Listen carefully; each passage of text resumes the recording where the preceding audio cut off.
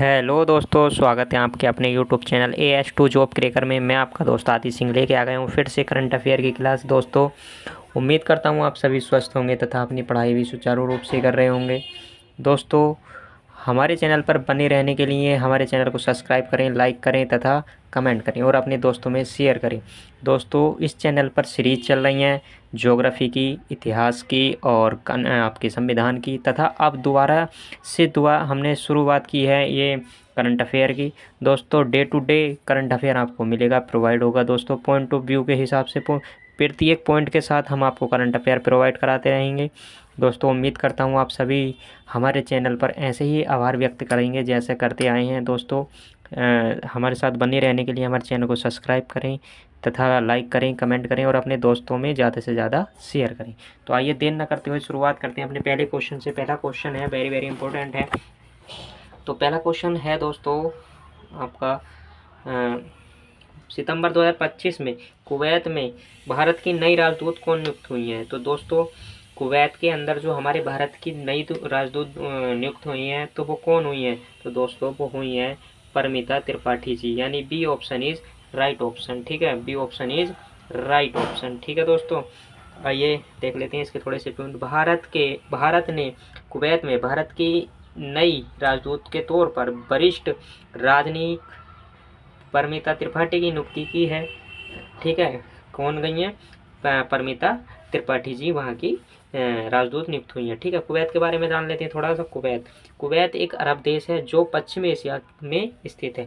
Kuwait कैसा देश है? एक अरबी देश है और ये पश्चिम एशिया में स्थित है। ठीक है दोस्तों, कुवैत की राजधानी अगर बोले तो कुवैत की राजधानी है कुवैत सिटी। कुवैत की मुद्रा हो जाएगी कुवैती दिनार। ठीक है दोस्तों, आइए चलते हैं अगले क्वेश्चन पर। अगला क्वेश्चन वेरी वेरी इंपॉर्टेंट है। देखिए, सितंबर 2025 में किस भारतीय शहर को रामसर वेटलैंड सिटी मान्यता प्रदान की गई है? यानी वेटलैंड सिटी किसे प्रदान की गई है भारत के अंदर? तो वो दोस्तों बताएंगे। तो वो दोस्तों की गई है आपके उदयपुर को, Udaipur Rajasthan. D option is right option. ठीक है दोस्तों, आइए देखते हैं इसके थोड़े थोड़े पॉइंट। उदयपुर को 9 सितंबर 2025 को रामसर वेटलैंड सिटी मान्यता प्राप्त की गई है। इस भारत की झीलों की नगरी के रूप में, इसे भारत की झीलों की नगरी के रूप में जाना जाता है। किसे जाना जाता है? उदयपुर सिटी को। और इसको कब मान्यता प्राप्त की है? 9 सितंबर को। वेरी वेरी इंपॉर्टेंट क्वेश्चन है। ठीक है दोस्तों, यह सम्मान पर्यावरण, वन और जलवायु परिवर्तन मंत्रालय ने दिया है। ठीक है, और वेटलैंड सिटी सम्मान समारोह 2025 में केंद्रीय मंत्री भूपेंद्र यादव ने उदयपुर प्रतिनिधियों को सौंपा है। किसे सौंपा है? उदयपुर के प्रतिनिधियों को किसने सौंपा है? भूपेंद्र यादव जी ने, जो कि केंद्रीय मंत्री हैं। ठीक है दोस्तों, थोड़ा सा देख लेते हैं रामसर वेटलैंड सिटी के बारे में। यह मान्यता उन शहरों को दी जाती है जिन्होंने अपने शहरी आर्द्रभूमियों के संरक्षण, जैव विविधता की रक्षा और सतत आजीविका को बढ़ावा देने के वैश्विक स्तर पर उत्कृष्ट कार्य क्या होगा? ठीक है दोस्तों, आइए चलते हैं क्वेश्चन नंबर 3 पे। Question number 3 very very important. Question number 3 कहता है, सितंबर 2025 में नौसेना प्रमुख एडमिरल दिनेश के त्रिपाठी ने नए नौसैनिक अड्डे INS अरावली को कहाँ कमीशन किया है? तो एडमिरल दिनेश के त्रिपाठी ने कहाँ कमीशन किया है दोस्तों? तो वेरी वेरी इंपॉर्टेंट आपका क्वेश्चन हो जाएगा। तो ये क्या है दोस्तों? आपका गुरुग्राम हरियाणा में, गुरुग्राम हरियाणा में। वेरी इंपॉर्टेंट क्वेश्चन है।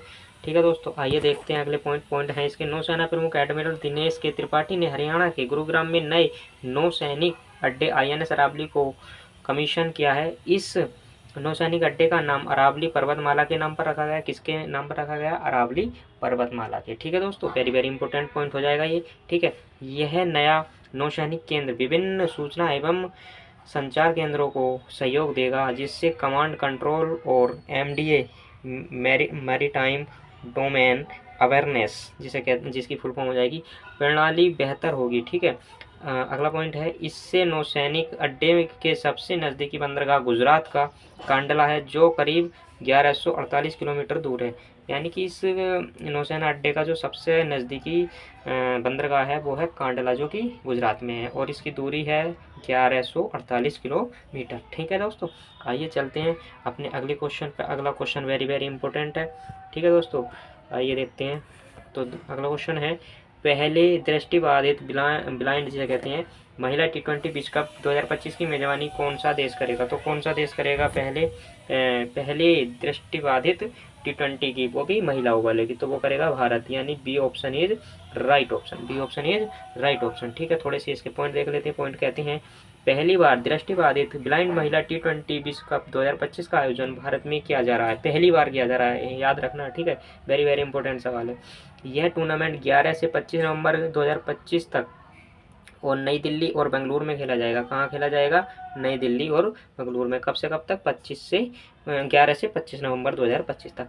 इस विश्व कप में ऑस्ट्रेलिया, इंग्लैंड, भारत, नेपाल, पाकिस्तान, श्रीलंका और अमेरिका की टीमें भाग लेंगी। कहाँ कहाँ की? इंग्लैंड, ऑस्ट्रेलिया, भारत, नेपाल, श्रीलंका और पाकिस्तान, अमेरिका की टीमें भाग लेंगी। Note, very very important point हो जाएगा। मूल रूप से काठमांडू को तीसरे मेजबान शहर के रूप में चुना गया था, लेकिन नेपाल की वर्तमान स्थिति के कारण स्थल की तलाश की जा रही है। यानी कि नेपाल को भी चुना गया था, बट वहाँ पे प्रदर्शन होने के कारण वहाँ से स्थान की तलाश की जा रही है कि कहाँ कराएं। ठीक है दोस्तों, नाम नेपाल का भी था। ठीक है, आइए देखते हैं अगले पॉइंट, अपना क्वेश्चन नंबर 5। क्वेश्चन नंबर 5 कहता है सितंबर 2025 में प्रधानमंत्री नरेंद्र मोदी ने किस राज्य के 51.38 किलोमीटर लंबे पहले rail connection Bairabi Sairang railway line का उद्घाटन किया?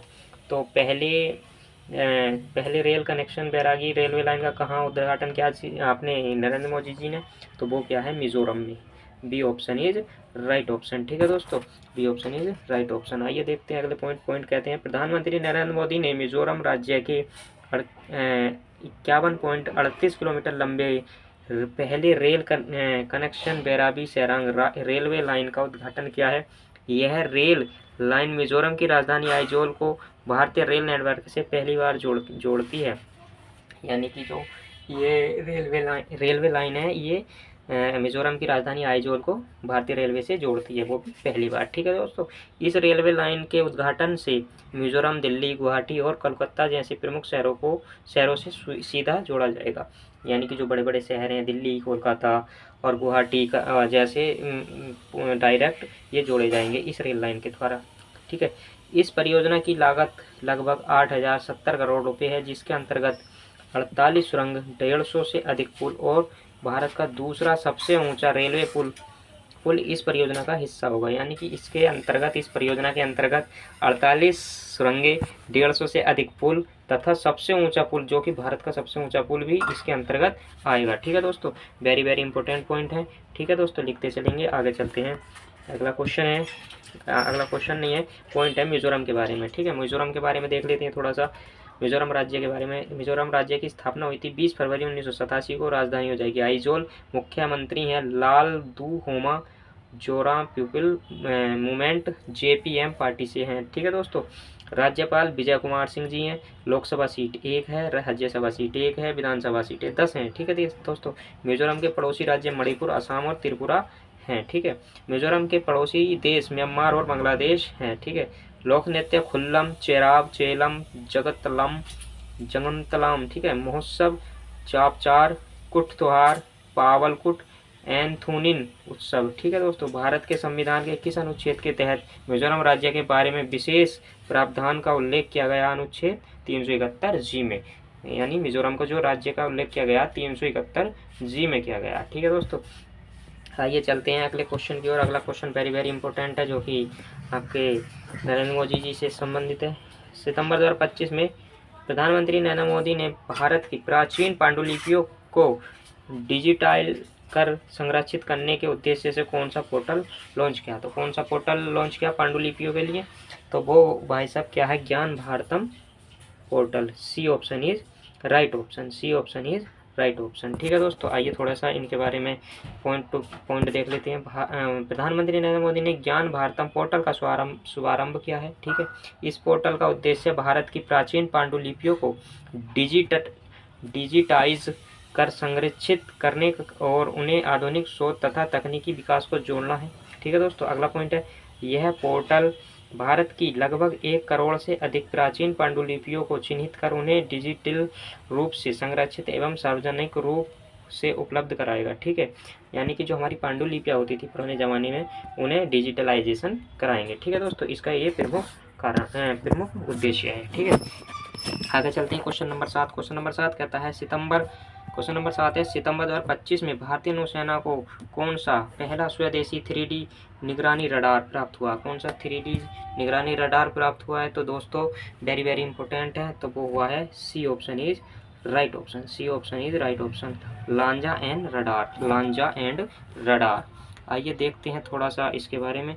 पॉइंट है, टाटा एडवांस सिस्टम लिमिटेड ने स्पेन की इंजीनियरिंग कंपनी इंद्रा के सहयोग से 3D ASR Lanja N radar विकसित किया है। लांजा एन रडार लंबी दूरी की त्रिआयामी सामरिक निगरानी प्रणाली है जो मित्रवत और शत्रुतापूर्ण हवाई और सतही लक्ष्यों का पता लगाने में सक्षम है। यह विभिन्न प्रकार के ड्रोन, सुपरसोनिक लड़ाकू विमानों और विकिरणरोधी मिसाइलों सहित सभी प्रकार के नौसैनिक प्लेटफॉर्मों को ट्रैक कर सकता है। ठीक है, ये ट्रैक करने वाली एक रडार प्रणाली है। ठीक है दोस्तों, आइए चलते हैं question number 8। Question number 8 very very important है। शंघाई सहयोग संगठन की क्षेत्रीय आतंकवाद विरोधी संरचना RATS की 44वीं बैठक कहाँ आयोजित हुई? तो कहाँ आयोजित हुई है? तो वो ये दोस्तों किर्गिस्तान में। कहाँ हुई है? किर्गिस्तान में। 8 का D option is right option. आइए देखते हैं दोस्तों, इसके कुछ प्रमुख पॉइंट आपके सामने हैं। शंघाई शहर के बारे में थोड़ा सा देख ले। शंघाई सहयोग संगठन SCO की RATS परिषद 44वीं बैठक किर्गिस्तान चोलपोन अता में हुई है। ठीक है दोस्तों, RATS परिषद ने पहलगांव आतंकी हमले की कड़ी निंदा की और SCO के राष्ट्राध्यक्षों की बैठक में हस्ताक्षरित तियानजिन घोषणा को समर्थन किया। ठीक है, भारतीय प्रतिनिधि मंडल का नेतृत्व उपराष्ट्रीय सुरक्षा सलाहकार TB रविचंद्रन ने किया था। ठीक है, जो भारत का प्रतिनिधि का नेतृत्व किया है वो किसने किया है? उपराष्ट्रीय सलाहकार जो जी हैं हमारे TB रविचंद्रन जी ने किया है। क्षेत्रीय आतंकवाद विरोधी संरचना SCO का एक स्थायी अंग है जो आतंकवाद, अलगाववाद और उग्रवाद के खिलाफ सदस्य राज्यों के सहयोग को बढ़ावा देने का काम करता है। सदस्य राज्यों को बढ़ावा देने का काम करता है। RATS का मुख्यालय ताशकंद उज्बेकिस्तान में है। कहाँ है RATS का मुख्यालय? ताशकंद उज्बेकिस्तान में। वेरी वेरी इंपॉर्टेंट पॉइंट है। देखिए दोस्तों, आइए चलते हैं अपने अगले क्वेश्चन पे। Question number 9। क्वेश्चन नंबर 9 कहता है, किस वैश्विक संस्था ने अपनी सौर परियोजना के तहत तमिलनाडु और कर्नाटक की तट रेखा की सुरक्षा के लिए $212.64 मिलियन के ऋण को मंजूरी दी है? किसने दी है? तो वो दिए विश्व बैंक ने। किसने दिए?